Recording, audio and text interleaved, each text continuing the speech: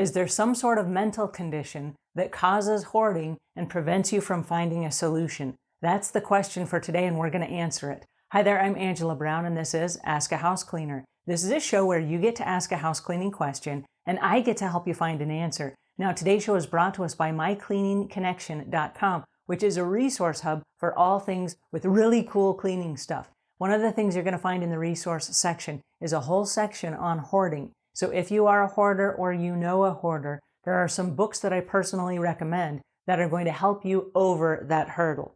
Okay, so the question for today comes from a woman who asks this. Angela, I'm wondering, is there some type of mental condition that a hoarder has? Because sometimes I become so overwhelmed with the purchase or overwhelmed with doing something or not doing something that I should be, that I can't even think myself through rationally to the right solution or option. All right, so back to hoarding. The question is there some sort of mental condition that is preventing a solution for hoarding? Now, my answer is this. I'm not a licensed therapist. I have not been through the psychosomatics of hoarding, and so I don't know the medical terms. But what I do know is this. There are a lot of really fine people that I know who have hoarding tendencies. And so maybe you're not a full-blown hoarder, but maybe you hoard certain things. Now, for example, I have a true confession.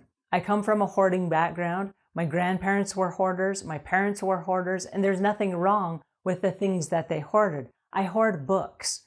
And so my house is immaculate, but I hoard books. There was one particular time I woke up and I realized I had over 10,000 books in my personal library. And I've always been an avid reader and I love books. But I realized with the advent of Kindle, I don't need 10,000 books. And so I personally changed my view on why I had those books. Now, as a hoarder, you can do this too. You can ask yourself, why do you have these tendencies? Where did this come from? And it probably came from something very innocent, like maybe your parents didn't have enough of something when you were growing up. Therefore, they stored things and saved things and hung on to things so that they could reuse those or get the most value out of them or whatever. And you have brought those values with you into your adult life. So it's nothing to be ashamed of. It's just a state of mind. And so if you take this on as not, oh my gosh, I'm a hoarder, my life is shameful, I can't focus, I can't concentrate, just pick one item.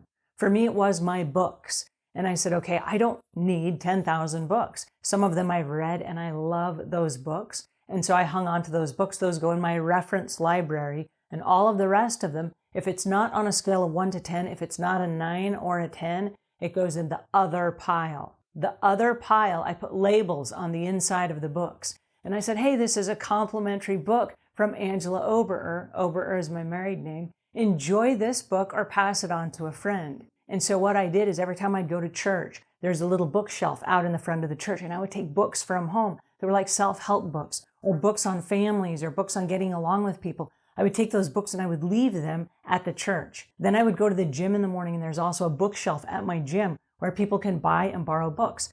I donated a bunch of books to my gym. And so every morning when I would go to the gym, I would take stacks of books. And again, these are all self-help books or books on how to better yourself or books on ways to make your life easier or declutter your home or whatever. And then every time that I would go to a coffee shop, I would take a couple books and I would slip them in there and I would leave them on the table for other readers to drop by as they were having a cup of coffee. And I started leaving books all around. And then what happened is I started running into people and they're like, oh my goodness, you're the person that gave me the book. I'm like, oh, okay, thanks. I'm glad you got some good use out of it. So the good news is this, you can start with one item and start giving it away. And as you give it away, you're freeing up space in your life. Now, for me, I had a tendency to buy cheap things. I love cheap things. I love discounts. I love bargains. I love deals. And a lot of hoarders do as well. So when you go into a store and you see, true confession, you see a pair of water shoes. Okay, we all need a good pair of water shoes for the beach because we all go to the beach all the time, right? So when they are on sale for $2 a pair, we need to buy 6 pair of those water shoes, right? They're in our size and they're only $2 a piece. And because we spend so much time at the beach, not. We need 6 pair, right? Not. Okay. So I ended up with 6 pair of water shoes that have now lasted me over 20 years because they never wear out because I never go to the beach, right? But I saved these 6 pair of shoes for this reason. It was a symbol to me that I had a problem. I realized that, wait a second, I bought these because they were on sale. I don't need water shoes. I don't use the water shoes. And so unless I'm running through the sprinkler in my yard or I'm, need a quick pair of water shoes for some strange reason, I don't use them, okay? So for me, what I did is I changed the way that I think. And I made Walmart my new storage unit. Here's how it works. Walmart stores all my stuff. I own all the stuff at Walmart. Not really, but in my head.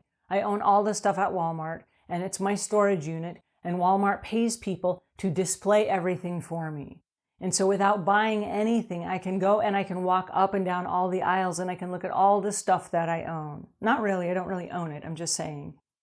I don't have to move anything around. I don't have to trip over anything. I don't have to pick anything up. I don't have to pay taxes on the storage unit. There's no cost to me whatsoever. And only when I take something out of the storage unit do I pay the price. Ooh. So suddenly, I don't have to warehouse all that stuff myself. Walmart does that for me, okay? So I can go, and there are times, believe it or not, I've gone into Walmart, I've gone up and down all the aisles, and I've walked out with nothing but one thing. It's not a basket of things. It's not 6 pair of shoes that are on sale for $2 a piece. What it is, okay, they're on sale, they're $2 a piece when I need them, when I'm going to the beach. If I run out of water shoes, at that point, I will come back to the storage unit. Everything is nicely organized. I know exactly where it is. I will buy that one item. I will pay the fee on it at that time, and I will take that one item home. And it changed the way that I shop. It changed the way that I bargain shop. It changed the way that I started thinking about my stuff. And as a house cleaner, I think about stuff a little bit differently than other people because in my head, everything has to be dusted. If I have a collection of stuff, that means I have to dust it. If I have clothes, that means they need to be hung up and there must be closet space. And so as you start thinking of things in a different way, you're changing your relationship to stuff. I used to save these plastic containers that like prepackaged food would come in because they were nice plastic and they had nice snap-on lids that were airtight, that were great for refrigeration and freezing and all this stuff. But after I got like 200 of these little tubs, I was like, holy cow, what am I doing with 200 tubs that are empty? I'm not going to use these 200 tubs. So I ended up donating them all and saying, okay, now no more tubs. I also got rid of prepackaged food that I don't eat anymore. But it changed my thinking and my relationship to the stuff. So pick one item at a time. It might be kitchen storage containers. It might be water shoes. It might be books. I don't know what it is for you. But like I say, there's some really fine people who have some hoarding tendencies, and they may only hoard 1 or 2 things. But if hoarding is consuming your life and you can't function because you can't find anything, and so you just go out and you buy another one, then there's a problem. And so if that's you, now's a time to pick up a good book or 2 on hoarding. And don't do anything until you've read through it and you've implemented the things that are inside that book. Because there is a cure. There's a cure for hoarding. And once you find the cure for you, and once you start changing your relationship to things, it frees up this huge load of junk and weight and the overbearingness of mold and mildew and just crap that gets buried and embedded inside your stuff. And along with that comes rats and ants and mice and all other kinds of things if it's not contained and it's not maintained. So today might be a day for you just to change your relationship with stuff. Alrighty, that's my 2 cents for today, and until we meet again, leave the world a cleaner place than when you found it.